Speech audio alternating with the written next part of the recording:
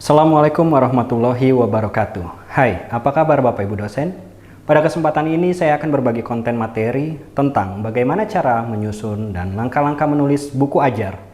Materi hari ini saya ambil dari sumber referensinya, yaitu dari Bapak Dr. Sihabuddin Said, MSI. Ini sebagai bagian dari tugas saya untuk pelatihan pekerti di tahun 2022 ini. Baik, sebagai dosen tentunya sangat mudah dalam menyusun bahan ajar. Di dalam video ini, saya akan menjelaskan bagaimana kita sebagai dosen dapat membuat bahan ajar menggunakan langkah-langkah yang sesuai dengan ketentuan yang telah dibuat. Ada 3 langkah yang harus dilakukan oleh penulis. Kita sebagai dosen harus mempersiapkan RPS atau rencana pembelajaran semester. Yang kedua, kita harus menyusun untuk outline-nya. Dan yang ketiga, kita harus membuat bagaimana perlengkapan untuk buku ajarnya.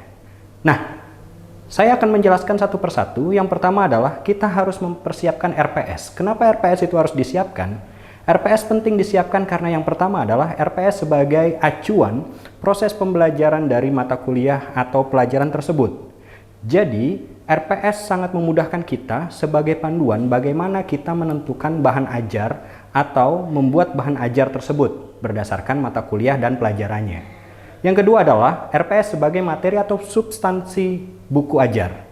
Dan yang ketiga, RPS merupakan capaian pembelajaran dari mata kuliah tersebut sampai dengan sub capaian pembelajaran dari mata kuliah sebagai sasaran tujuan yang ingin dicapai oleh masing-masing dosen. Nah, yang kedua Bapak Ibu dosen, kita harus mulai dengan menyusun outline-nya.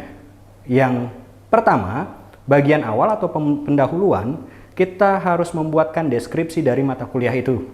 Bagaimana mata kuliah itu terdeskripsikan di dalam apa yang ingin kita buat di dalam buku bahan ajarnya. Yang kedua adalah capaian pembelajaran dari mata kuliah dan sub capaian pembelajaran. Itu adalah bagian awal yang harus kita siapkan juga. Outline-nya untuk CPMK-nya, untuk sub CPMK-nya mungkin Bapak Ibu dosen sudah mempunyai di masing-masing perguruan tinggi Bapak Ibu. Yang ketiga adalah melakukan petunjuk atau memberikan petunjuk dari penggunaan buku ajar yang Bapak Ibu dosen sedang buat. Yang paling penting, poin terakhir adalah yang keempat, kompetensi menjadi prasyarat terhadap bahan ajar yang Bapak Ibu akan buat. Karena bahan ajar itu harus bisa menghasilkan output dari kompetensi yang diharapkan terhadap satu mata kuliah atau mata pembelajaran tersebut. Berikutnya, bagian isi. Bagian isi terdapat menjadi 7 poin yang akan kita diskusikan. Yang pertama adalah judul atau topik pembelajaran. Yang kedua, uraian tentang tujuan kegiatan pembelajaran.